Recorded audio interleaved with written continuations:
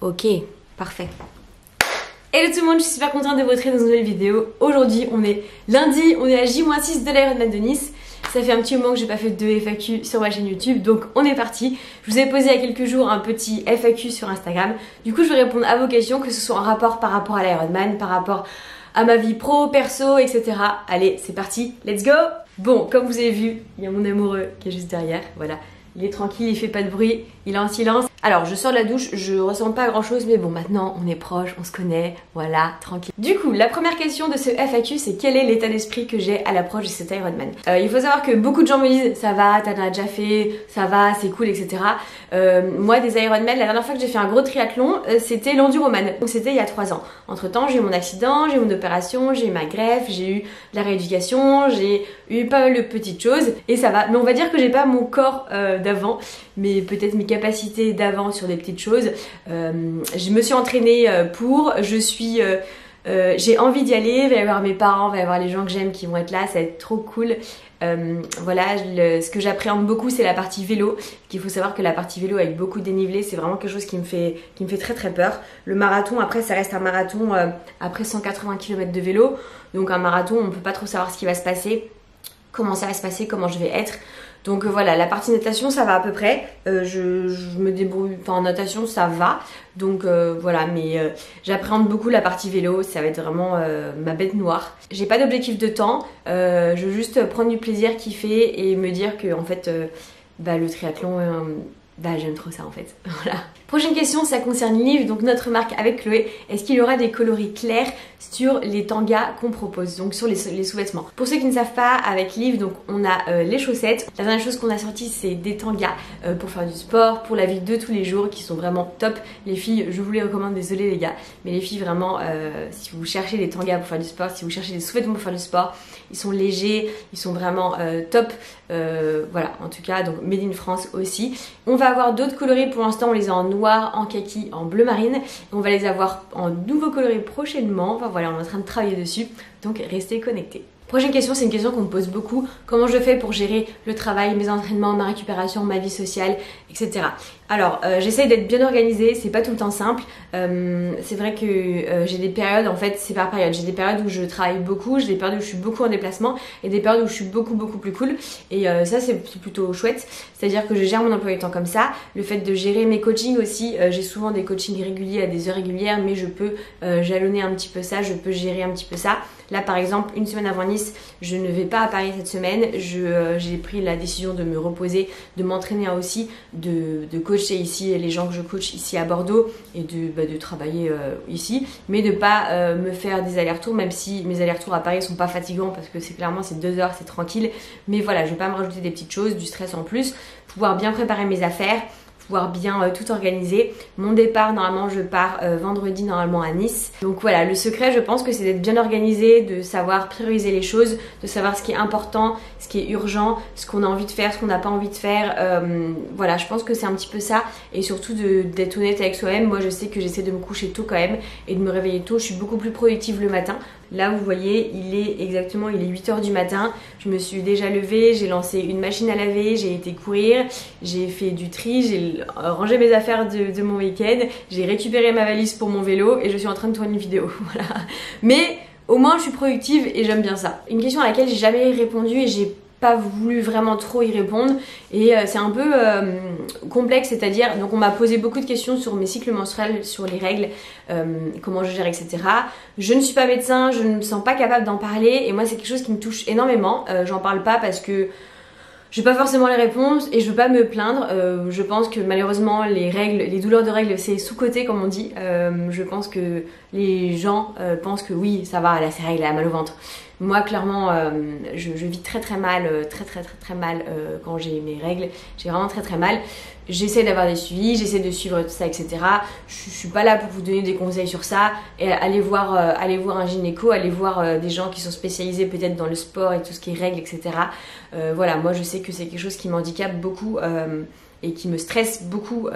Si par exemple je suis au premier ou deuxième jour de mes règles, le jour d'une course, je ne peux pas prendre le départ parce que je ne peux pas me lever de mon lit. Je ne peux pas me lever de mon lit, j'ai super mal au ventre, je vomis, je suis très mal. Donc c'est vrai que c'est quelque chose qui m'handicape énormément.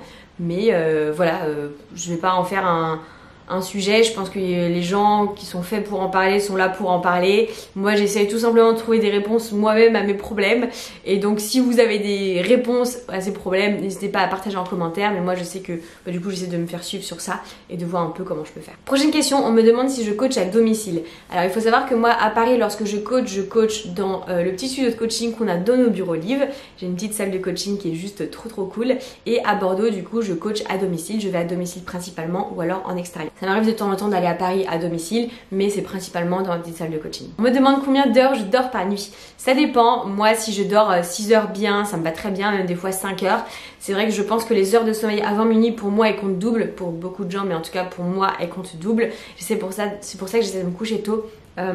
Voilà, ça peut m'arriver de dormir 7-8 heures et c'est très bien. Plus je vieillis, parce que maintenant les gars je suis vieille, hein, ça y est, j'ai passé 30 ans, je suis vieille, plus je vieillis, plus je me rends compte que j'ai besoin de sommeil, j'ai besoin de récupération, et c'est très bien. Et faut pas croire, hein, j'adore faire du sport, j'adore faire plein de choses, je suis hyper active, mais j'adore aussi me reposer, chiller, dormir, les siestes les gars, les siestes c'est la vie. Voilà, moi je fais beaucoup de siestes, c'est vraiment quelque chose qui fait partie de ma routine, donc voilà. Prochaine question qui est assez intéressante, est-ce que j'ai déjà eu recours à un coach mental ou une préparation mentale pour mes différentes courses, mes différents challenges? Non, j'ai jamais eu affaire à un préparateur mental. Je sais pas trop pourquoi d'ailleurs, je me suis jamais trop posé la question, j'ai jamais trop voulu. Dire que j'en ai pas besoin, ce serait mentir, parce que je pense que ça peut être toujours intéressant. C'est vrai qu'en général je suis curieuse de plein de choses, et que c'est vrai que je devrais prendre le temps peut-être d'essayer de le faire.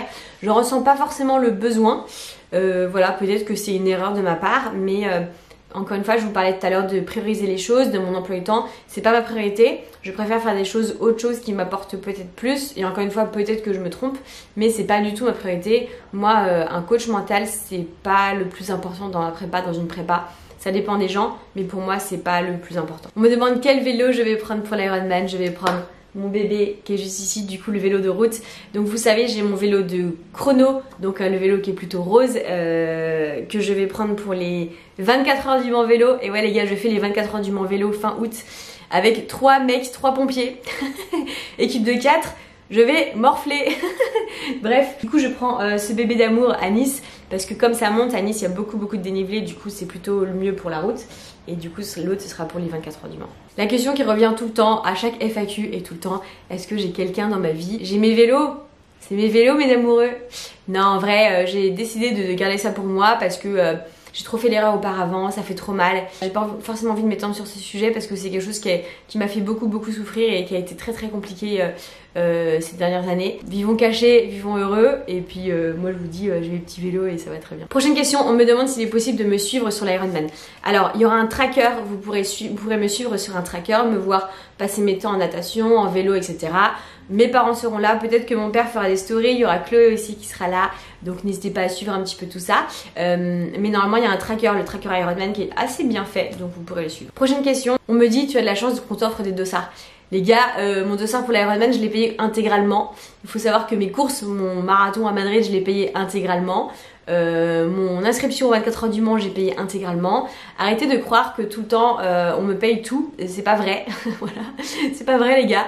Mon dossard pour l'Ironman, je l'ai payé 650 €, c'est très cher. Oui, c'est cher.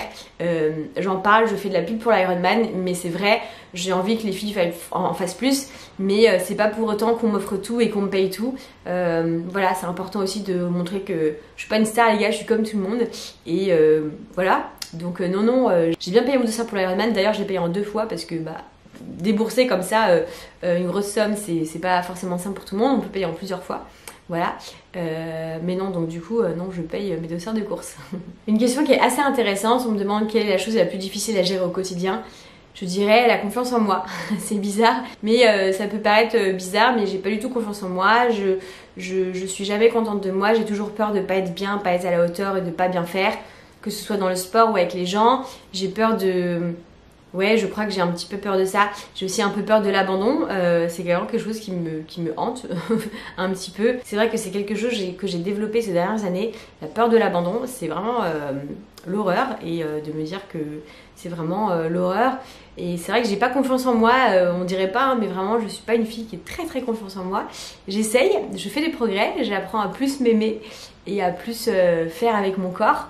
je suis toujours un peu en guerre avec mon corps, mais voilà, je pense que la chose la plus dure à gérer au quotidien, je pense que c'est moi, ma petite tête qui réfléchit, qui cogite un petit peu tout le temps. Prochaine question, on me demande si le crossfit ne me porte pas préjudice dans ma préparation à Ironman. Il faut savoir que ça fait à peu près 1 mois et demi, 2 mois que je ne fais plus de crossfit, voilà. Donc voilà, on peut pas tout faire. Je fais toujours du renfo, ça m'arrive de faire de temps en temps. Bon, en fait non, je dis ça, mais c'est très rarement. Je fais plutôt du renfo, voilà. Mais ça va être, je ne fais plus de crossfit, voilà, on peut pas tout faire, on peut pas, surtout quand on prépare une grosse échéance comme ça. Même si je ne prépare pas de chrono, j'ai pas envie de faire de record du monde et de, voilà. Mais non, on peut pas tout faire. Après, je pense que ça m'a énormément aidé pour me renforcer musculairement au niveau du dos, au niveau des épaules, voilà, au niveau de pas mal de choses. Le crossfit, ça m'a énormément apporté pour cette prépa. Mais ces derniers mois, non, j'ai vraiment lâché le crossfit. Prochaine et dernière question qui est assez intéressante. On me demande est-ce que mon entourage me reproche de faire trop de sport.